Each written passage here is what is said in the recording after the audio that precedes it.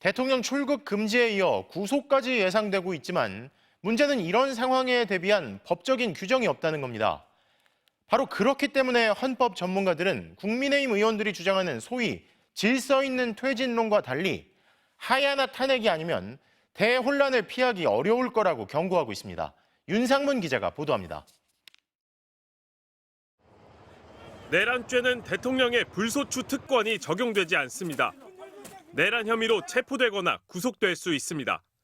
문제는 구속되면 큰 혼란이 불가피하다는 겁니다. 구속과 동시에 대통령 직무가 정지되는지 명확한 헌법 규정이 없어 해석이 엇갈리기 때문입니다. 무죄 추정의 원칙은 적용이 돼요. 구속 상태에서도 어쨌든 결재는 할 수 있는 것이고. 내란죄의 피의자로서 수사받고 있는 대통령이 그 안에서 직무를 집행한다? 그게 가능하겠나요? 대통령의 권위 또는 사고 시 국무총리 등이 대통령의 직무를 대행합니다. 권위는 대통령이 스스로 물러나거나 사망해 공석이 됐을 때입니다. 사고는 질병이나 탄핵으로 일을 할 수 없을 때입니다. 그런데 구속이 사고에 해당하는지 판단할 규정이나 장치가 없습니다. 구속되더라도 옥중 통치가 가능하다고 주장하면 막기가 어려운 겁니다.